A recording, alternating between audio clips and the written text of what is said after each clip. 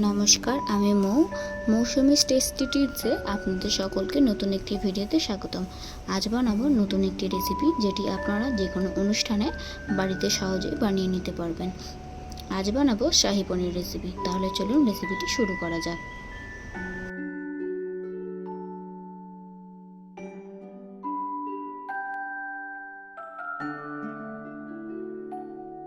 শাহী পনির recipe বানানোর জন্য যেসব উপকরণ লাগছে সেগুলি হলো পনির, চারমগজ, আদা কুচি, কাঁচা লঙ্কা, ফোড়নের জন্য গোটা জিরে, তেজপাতা, কিশমিশ, টক দই, টমেটো কুচি ও স্বাদের জন্য লাগছে চিনি ও নুন প্রয়োজন মতো।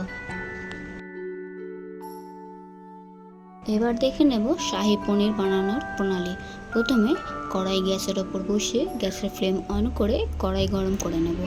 গরম হলে তাতে সাদা তেল দেব। আমি এখানে 100 ml মতন সাদা তেল নিয়েছি।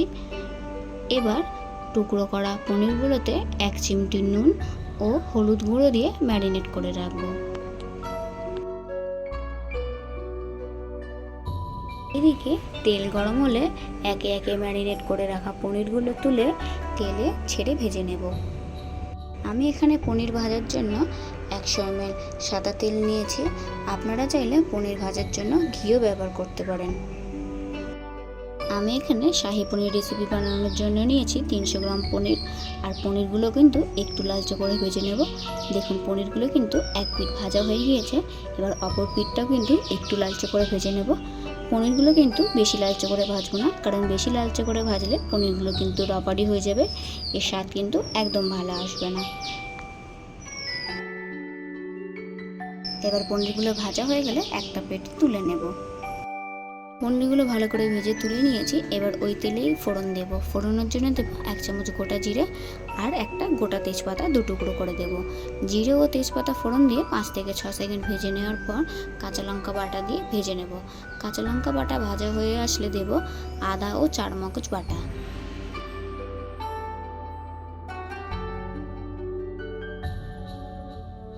আদা ও চারমগজ বাটা দিয়ে কাঁচা লঙ্কা বাটার সাথে ভালো করে মিশিয়ে নেব। এই সময় গ্যাসের ফ্লেমটাকে আমরা মিডিয়াম ফ্লেমে রাখবো, কারণ চারমগজের সাথে আদা বাটা আছে, সেই জন্য 2 মিনিট মতন কাঁচা গন্ধ না যাওয়া পর্যন্ত ভেজে নেব। 2 মিনিট ভেজে নেওয়ার পর 50 গ্রাম মতন টক দই দেব। টক দইটা অবশ্যই ফেটিয়ে নিয়ে কড়াইতে দেব। এবার টক দইটাও ভালো করে মিশিয়ে নেব।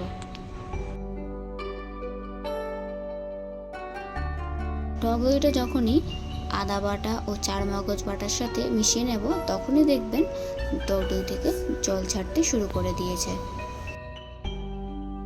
টক দই দিয়ে ভালো করে মিশিয়ে নেওয়ার পর দেব টমেটো কুচি। টমেটো কুচি দেওয়ার পর টমেটোটা মেল্ট হওয়া পর্যন্ত অপেক্ষা করব। আমি এই রেসিপির জন্য টমেটো কুচি নিয়েছি। আপনারা চাইলে টমেটো পিটিয়ে ব্যবহার করতে পারেন।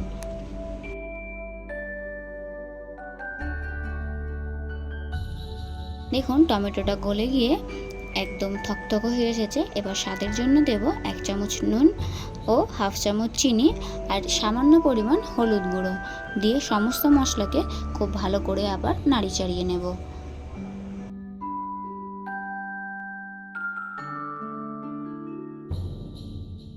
ভালো করে মশলা কষিয়ে নেওয়ার পর মশলা থেকে তেল ছেড়ে আসলে দেব হাফ কাপ পরিমাণ জল। আমি এখানে এখন একটু হাফ কাপ পরিমাণ জল ব্যবহার করছি, আর পরে আরও 1 কাপ জল এর সাথে অ্যাড করব।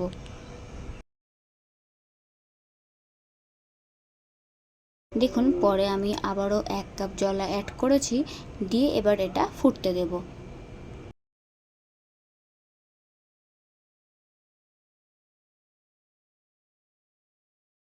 গ্রেভিটা ফুটে আসলে আগে থেকে ভেজে তুলে রাখা পনিরগুলো গ্রেভির মধ্যে দিয়ে দেব।